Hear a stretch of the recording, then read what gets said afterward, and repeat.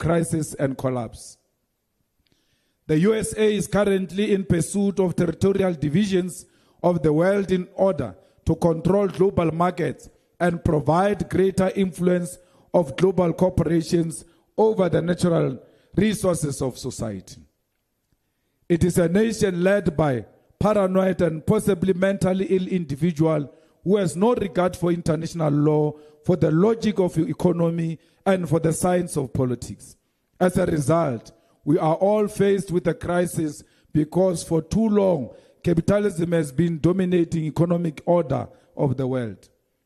As socialists, it is our duty in this moment to see the silver lining, and that is, as capitalism collapses, we are given an opportunity to usher in a new world order based on equality, prosperity for all, and the return of the means of production into the hands of the people.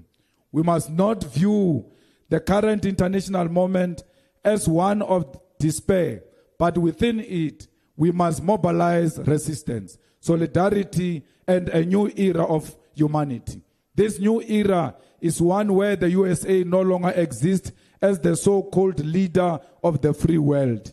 It is a new era where humanity must speak boldly against the presence of US military bases in foreign countries. It is a new era wherein we must divorce the global economy from dependency on the dollar. It is an era where we technological advancement and military capacity must be built by all nations so that we can defend ourselves against the threat of US imperialism. Comrades, inasmuch as Donald Trump is a manifestation of tyranny and fascism, he is not a major departure from the core of what represents the character of the USA. The USA has always been imperialistic. The USA has always been a destabilizing force in the world. What has changed is that the leader of the USA today pursue the destructive policies of the USA openly without pretending to be seeking peace. Donald Trump is the naked face of what the USA has always been: violent, imperialist, and evil. It was the president of the USA, Truman, who dropped the atomic bomb on the innocent people in Hiroshima and Nagasaki in Japan, killing more than 200,000 people. It was Johnson of the USA who invaded Vietnam and under his authority undermined the human rights. It was George Bush who led the disinformation campaign that Iraq and Afghanistan had weapons of mass destruction in order to justify causing instability in those nations in order to steal their oil. Fellow fighters, it was Barack Obama who orchestrated the death of brother leader Muammar Gaddafi. Until today, Libya has not recovered and our African brothers are sold in a slave trade in that region. I say this to highlight to you that Donald Trump is simply continuing a tradition of violence as foreign policy by the USA. When Trump invaded Venezuela and kidnaps Nicolas Maduro, he is continuing a tradition of violence as foreign policy. When Trump bombs Nigeria, bombs Iran, and finds genocides of people of Palestine by Israel, he is continuing U.S. policy of violence as a means to entrench U.S. imperialism. I've said this before, that any expectation that after Donald Trump's term comes to an end, that our relationship with the USA will stabilize is misplaced. Donald Trump is an extension of a history of destructive U.S. foreign policy, and as long as South Africa stands with Palestine, then we will never know peace. It is therefore important to be aware of this as we head to local government elections here in South Africa, and be aware of the possibility of U.S. interference in our elections, be it through funding our ideological opponents, attempting to fracture our democracy using tribal lines and traditional leaders, or actively pursuing the imprisonment of leaders of the left in our country. This election is not one that will be purely domestic, especially considering the propaganda machinery deployed against South Africa of a non-existent white genocide. We must begin to prepare ourselves for the worst, as the USA is determined to punish South Africa for standing up against apartheid Israel. We must never surrender, even in the face of imperialism or death.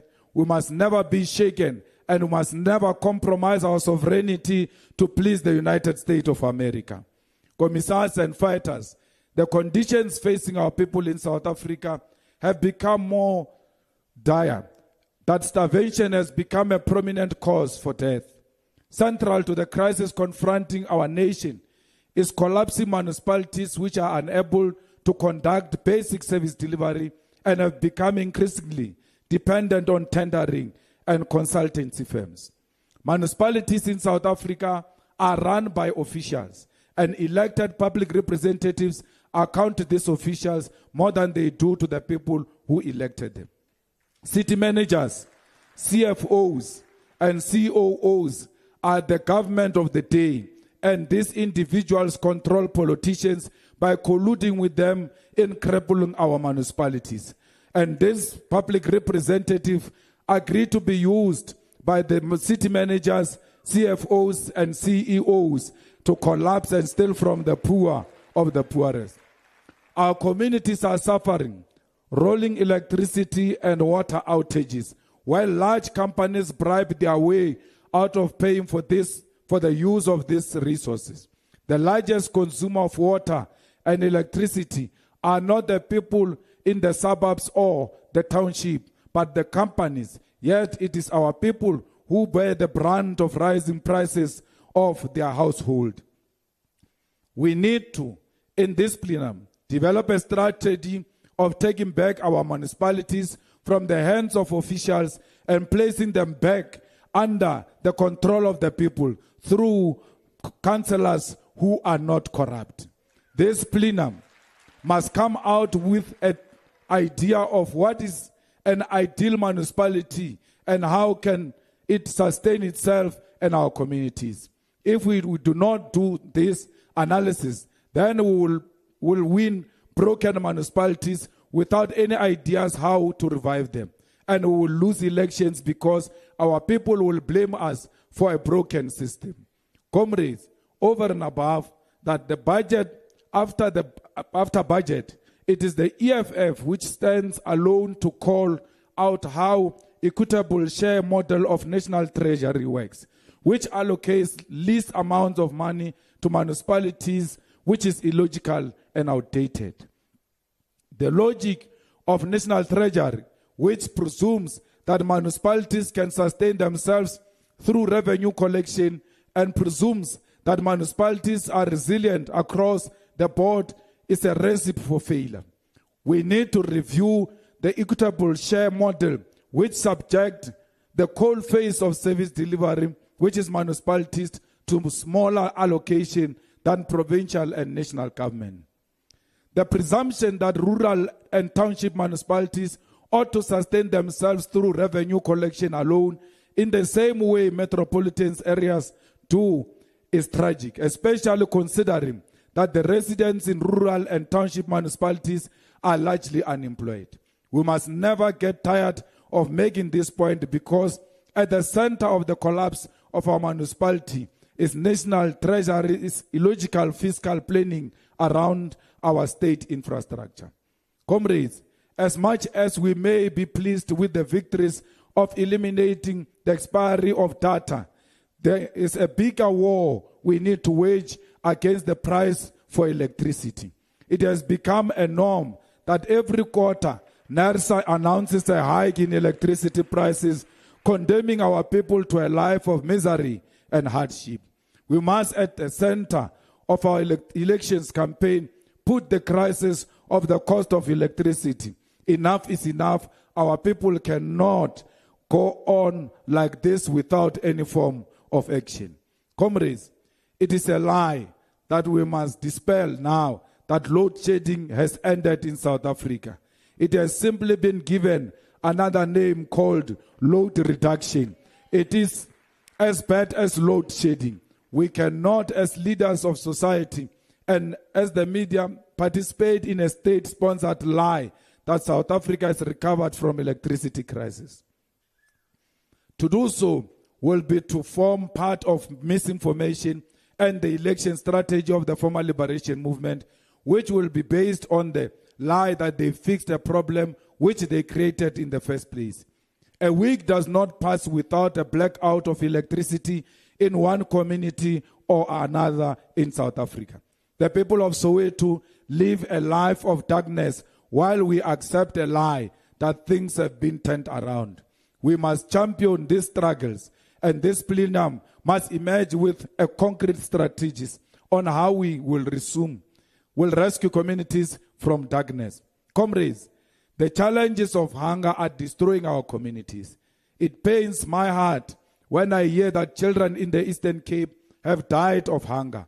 We must, as branches, identify families who are in need, as it is not an African that children can die of hunger while they exist in a community. This must be an adopted program of each and every branch and sub-region of the EFF, and those families must be helped without exposing them or humiliating them for social media. I want to take this opportunity to once again send my deepest condolences to the families of those who lost their children